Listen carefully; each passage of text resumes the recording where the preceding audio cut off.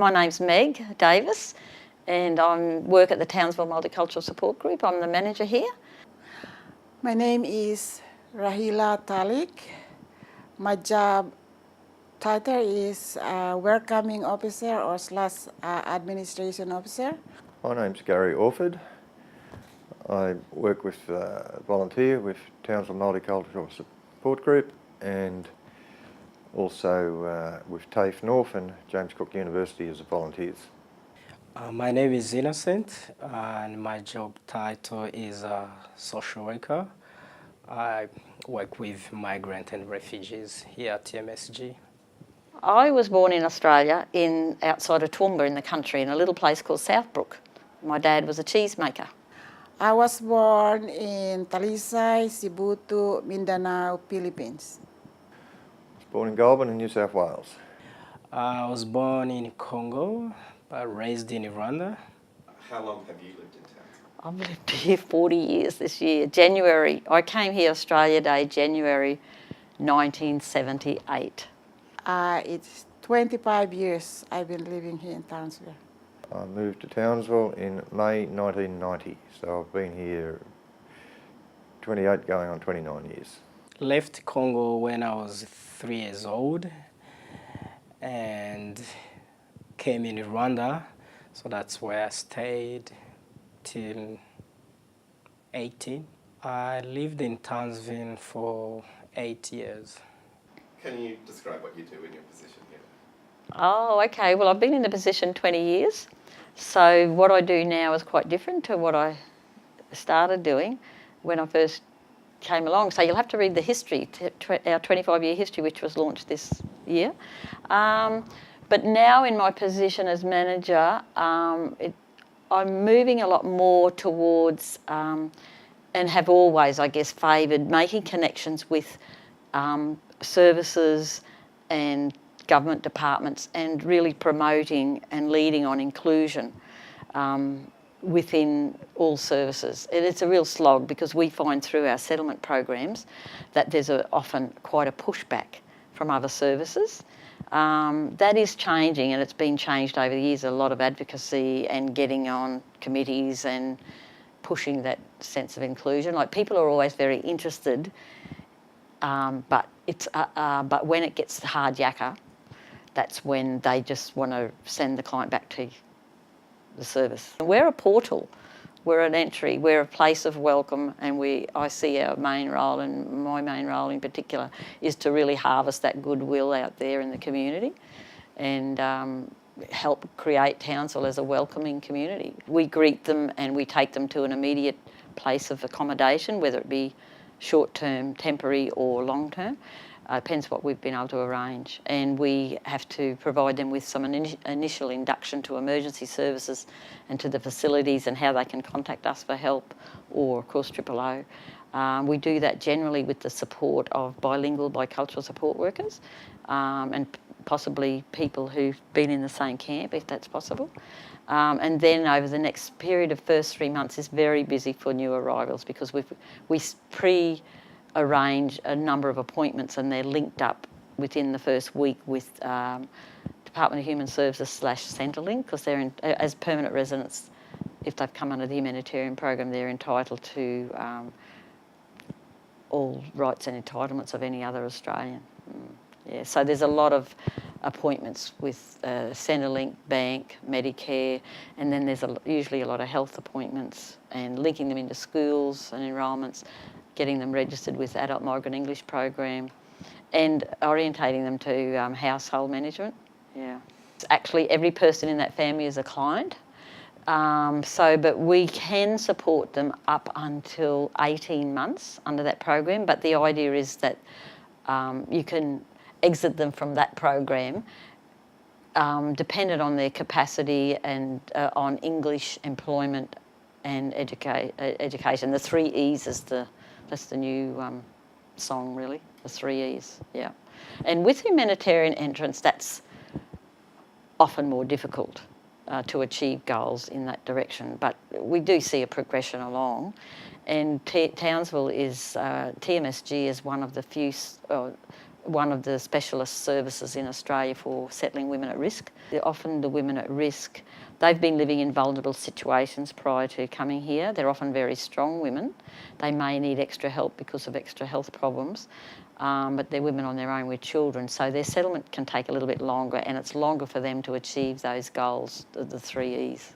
What I have to do when the new family arrive, when they come in here, and of course they were going first to the front office, and I welcome them to Townsville or to TMSG, and I offer them refreshment. I'm doing also the sewing group, teaching them how that for the new arrival or whoever wants to learn, they are welcome to come in here. At TMSG, I guess I'm a bit of a dog's body. Core role is that I sit on the reception desk, answer the telephone and greet people when they arrive. I also do a lot of the shopping for incoming refugees, new clients, purchasing basic household goods, going around buying the white goods, the furnishings and setting up houses, etc. But the shopping that I'm doing these days is groceries and like items. I normally have to attend 2, 3, 4 different places, occasionally 5, to purchase goods or pick them up, take them to the residence that the refugees family is moving into, and pack them into the pantry and the refrigerator, the freezer. What sort of specialty items are you looking for or have to find? Well, there's pretty much a standard range, so we go to the same suppliers. One's an Indian grocer, but they supply certain products, which everybody seems to receive. I also go to an African shop for maize flour, M-A-I-Z-E, which is a staple, obviously, from that part of the world. And then if it's a Muslim family, I have to go to a particular butcher to get halal certified meat. When I first arrived here in Townsville, I went to TEF. I studied there English for 6 months. And then after 6 months, I went to uni because I wanted to challenge myself a little bit. So I went to uni and I studied Bachelor of Social Work, which I completed in 2016. And at the moment, I'm studying another degree, which is law. And also I've been working with TMSG for 2 years. So I work with people who've been here for 1 year to 5 years. But apart from that, I'm also a case manager where I work directly with brand new people here in Townsville.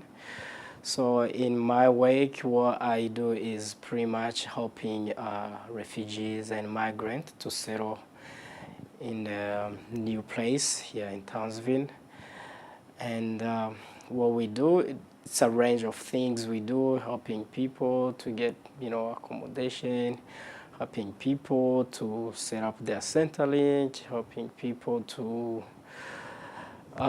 with health issues. So it's it's a lot of things we do. It's so hard to list all of them, but it's pretty much just imagine you just arrive in a country where you have no knowledge of anything, and then you are trying to navigate, the system. So pretty much what we do is helping them to navigate the system until they are settled. How long have you been working with migrants and refugees? 20 years, yeah.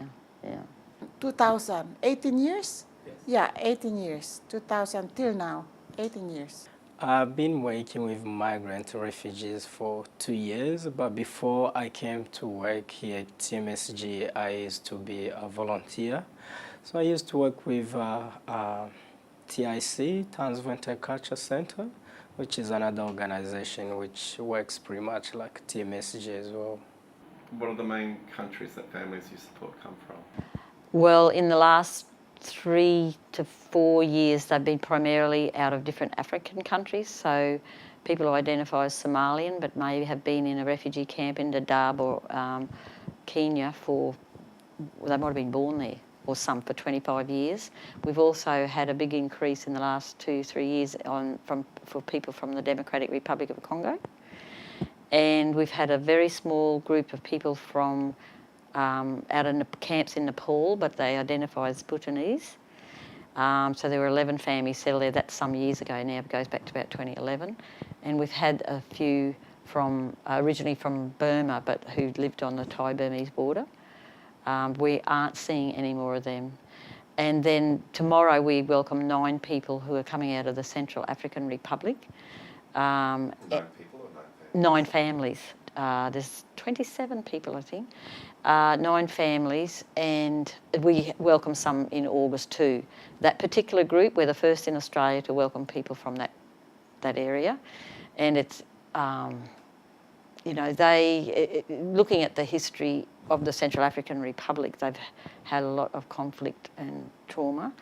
And one of the main challenges is that their language is not common. So there's only 2, possibly 2 in Australia, in people who can speak their preferred language of Sango. So yeah, lots of challenges. How many people do you think you help each year? Actually, I just did some figures this year for the Vatican, in fact. We've settled over 1,100 since 2011. Our figures have gone up increasingly, of course. There was a time when, in the first year of the contract in 2001, our numbers were 33 a year. Now our anticipated referral levels through the Australian government system is 400. We would expect probably about 300 or 320 of them to arrive in this financial year. So what are some of the highlights of your job? I think the highlights are really the gratitude that you get, and the show of just emotion. You know, they're really grateful for the support that they're getting. You know, TAFE's interesting in particular if they're doing an exercise, be it as an individual or a group, and once they've got the thing solved, you put a tick on the bottom of the page and they beam, you know. Or if it's a group exercise, it's high fives all around, you know. Yes, we've done it.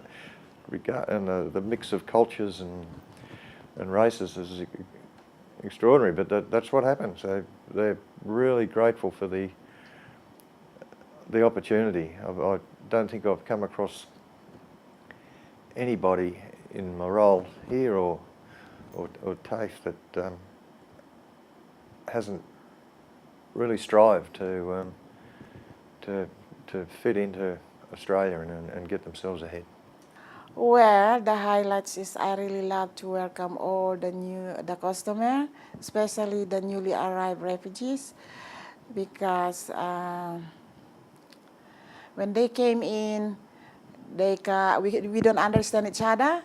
I speak English and they can speak English, and we just laugh. And but that's all that I can remember is. That way we love each other, we hug, and you know, that's the highlight. I do love them too.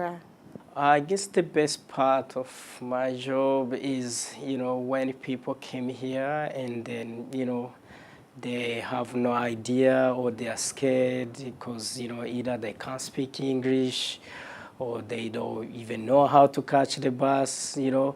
Best thing is when you see them on the next few weeks, you know, they're able to catch the bus, you know, they know how to go to Centrelink, they know how to do some shopping, you know. It's the best thing, you know, seeing how people, you know, work their best and try to, you know, make themselves comfortable as much as they can. So I guess through my job, you know, it's easy to see that, because when when they first came, you know, they are very nervous. But then after 2 months or 3 months, they start getting, you know, confident, doing things for themselves. So it's very rewarding. Look, I still get a real thrill if I'm driving along Ross River Road and I stop at the lights at Aitken Vale there, Ann Street, and you see these families walking across and they're taking the kids to school. It just symbolises so much. I get really, I get excited, but I also get quite kind of humbled, and I think, my God, these people have been here 2 weeks and here they are crossing a street in Townsville, Australia, you know, taking the kids to school. It's just fantastic. And I always like seeing the women who've overcome significant challenges, you know. I'm thinking of people who have come pre-literate and have had to survive under very difficult circumstances in rural refugee camps. And then I'm thinking of one particular woman who, you know, we got her particular help to help her learn English because she was frozen. She kept apologising even up for the first 3 months that she couldn't speak English. And she was pre-literate, but, you know, within months of that help, she called out to me at one of the major shopping centres. I heard this boy saying, hello, hello, and I'm looking around, oh, hello. And she directed the conversation. She asked me, how's your family? And it was just like, it was stunning, yeah, beautiful. The hardest part is when they came, you know, there is a big, you know, language barrier. Some people, you know, might have no English at all.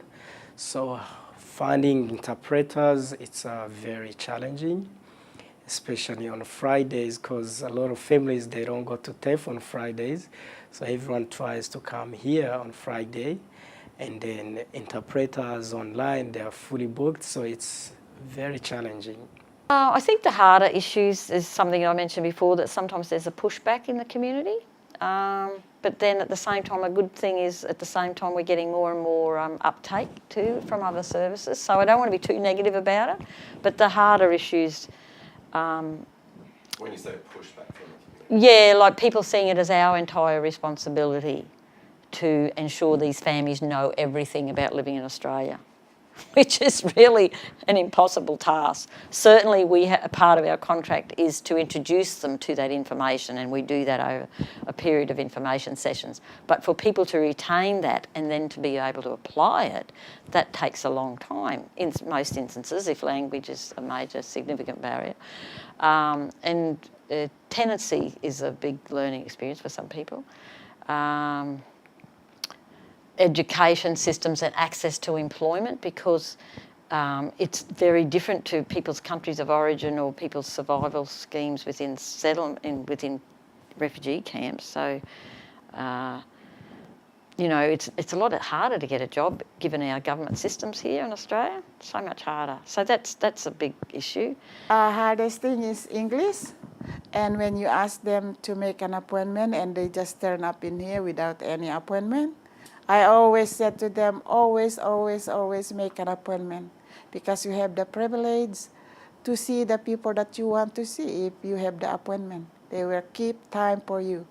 It's not overly hard, I don't think any of it. It's just a bit challenging sometimes, because making sure that you're making it as easy as possible for them.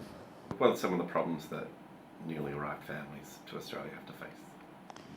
Adjusting to a whole different pace of life, that everything in Australia is paperwork, everything in Australia is based on money, the economic system, and appointment times. You know, they're three pretty big challenges for people to adjust to. People want to be able to pay their taxes and feel a real part of Australian society. They will verbalise that.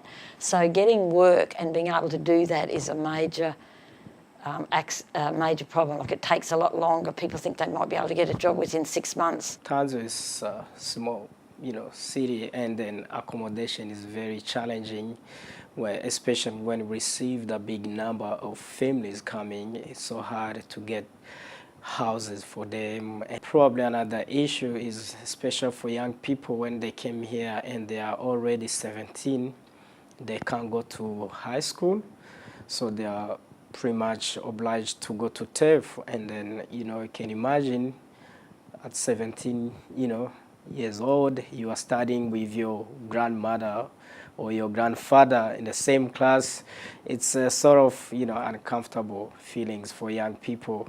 But, it's sort of my whole dream is gone. I came here thinking I'm going to study and all that kind of thing. And then you're putting you in the same class as my grandfather or my mother.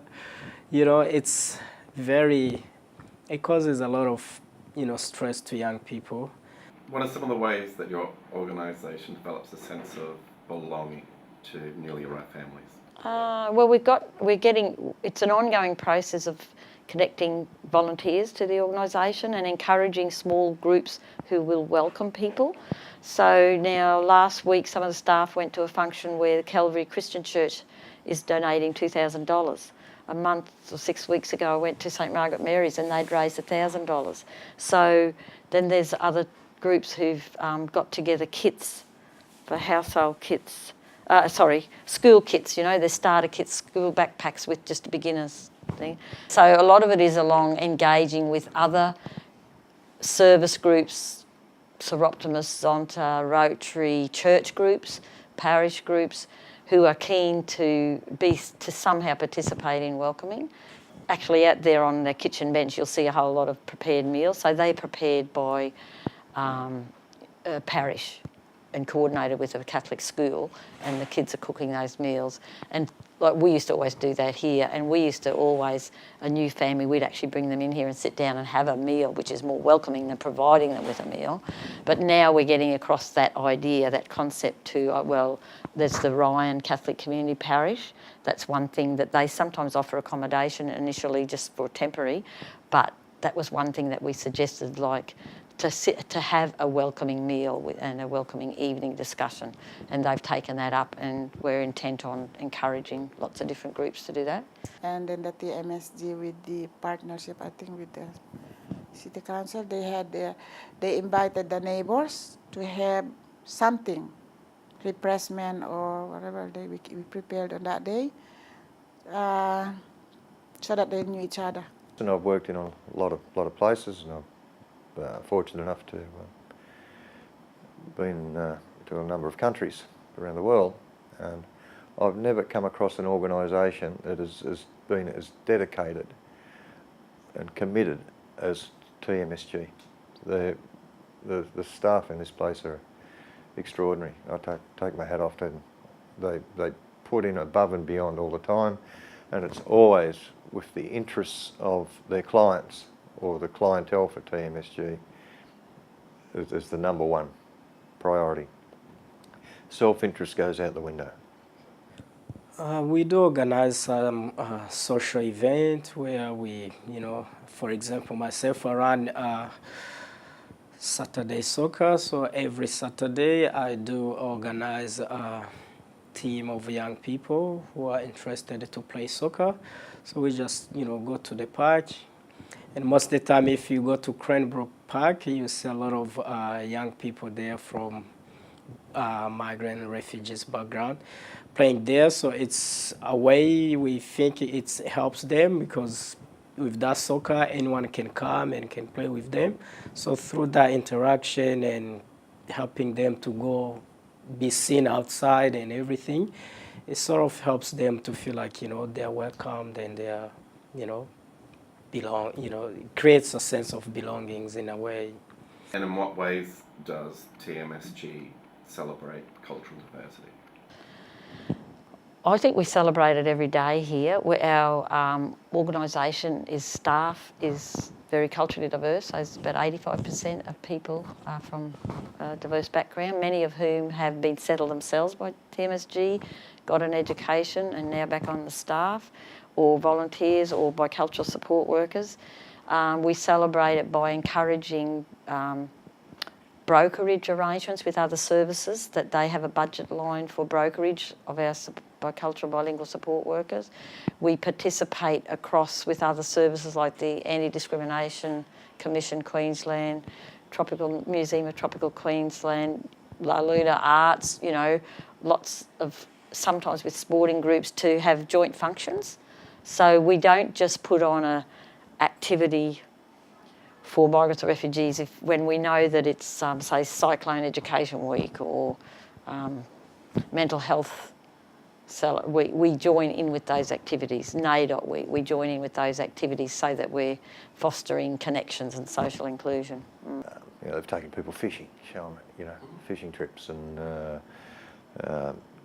English language on Fridays, and they've got a group which Rahila is involved with, Sew We Sew, you know, teaching them to sew and make garments, and they take them to the markets, and so they're supportive through not just this is how you live in Australia, but these are some of the things you can do and get into and become functioning members of the community.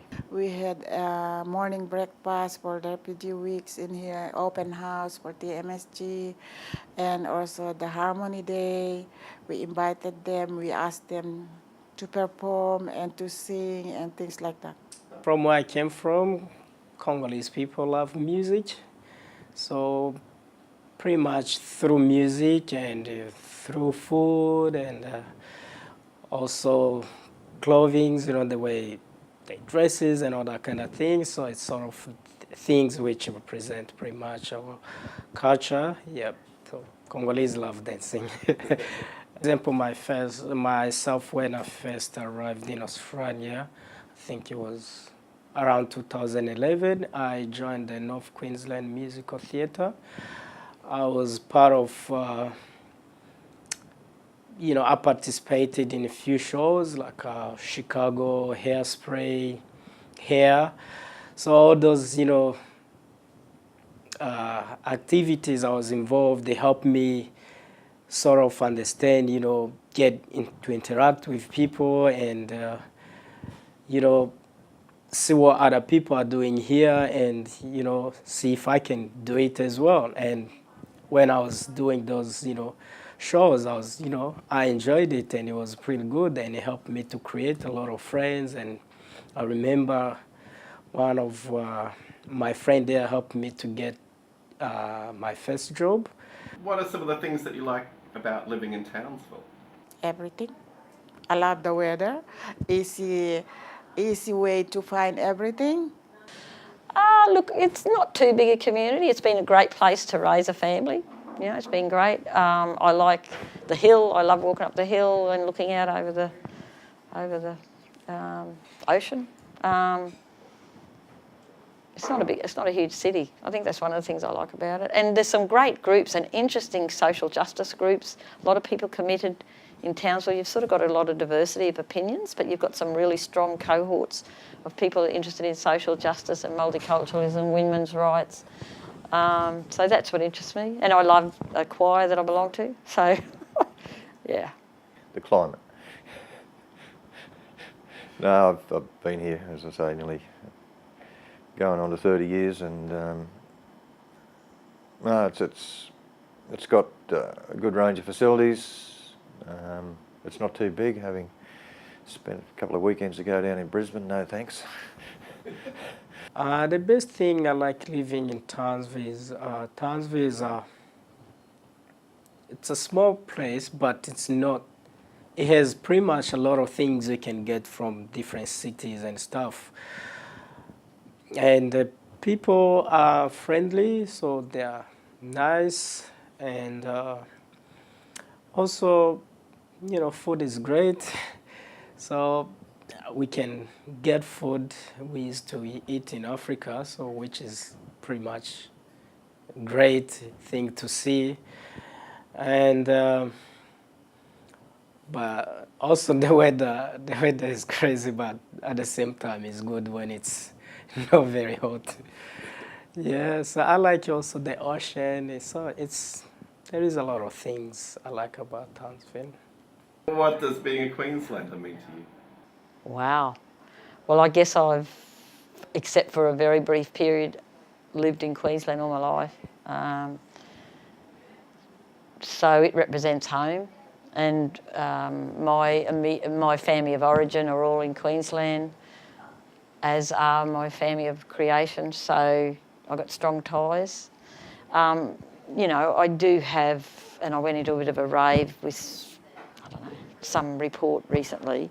You know, Queensland, I think it's got a lot going for it. I like the fact that there's, geographically, it's quite diverse. I do like that.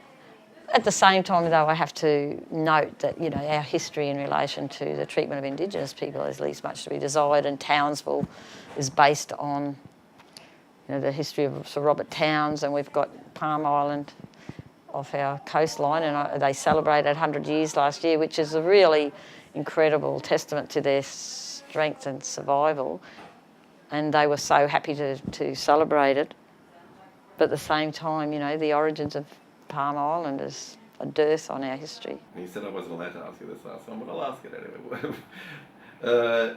What does being a Queenslander mean to you? Go the Blues.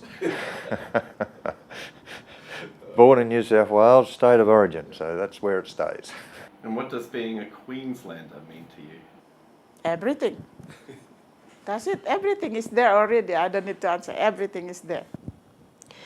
I think for me, being a Queenslander is be able to embrace, you know, the Australian culture, you know, the Queensland culture, you know, be able to contribute to the development of, you know, the region or the development of society, you know, be involved and learn from people, and also allow people to learn from you, and pretty much live in harmony with everyone.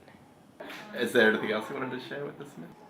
Yeah, look, I would just say too that TMSG, I'm really proud of the fact that we've got very strong connections with the University of New South Wales and the local university, but we're just embarking on a project that's funded by the Department of Foreign Affairs and Trade to the University of New South Wales based on their connections with the UN.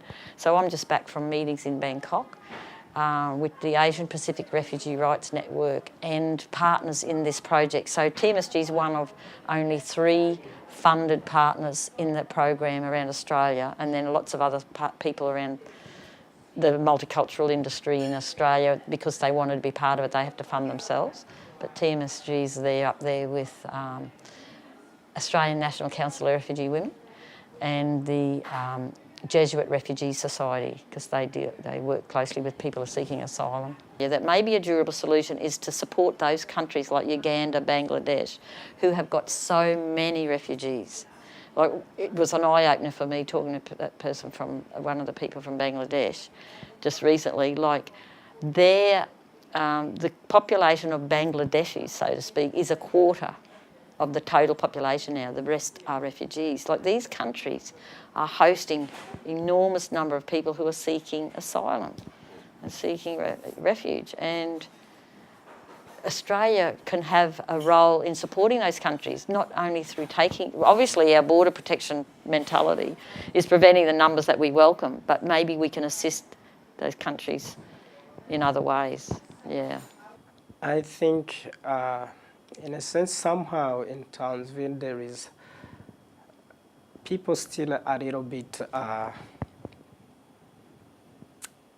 not so much open towards migrants and refugees. So I guess even, you know, saying hi to refugees, that can, you know, change a lot of things for them, you know. Or if you are a neighbor with them, just, you know, pass by and say hello, that, you know, we make a big difference to those families. So I guess just show them some welcoming and show them that, you know, this is their place as well. And so pretty much open to them, and they will be happy, I guess. Yeah. Thank you very much. All right, thank you. Yeah.